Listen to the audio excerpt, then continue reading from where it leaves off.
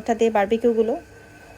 এইটা হচ্ছে সকালের ভিউ। ও মাই গড, বেশ 6:30টার দিকের একটা ভিউ এটা। এত স্নিগ্ধ, কুয়াশা পড়ে আছে, একটা শীত শীত ভাব, পাখির ডাক মানে অসাধারণ।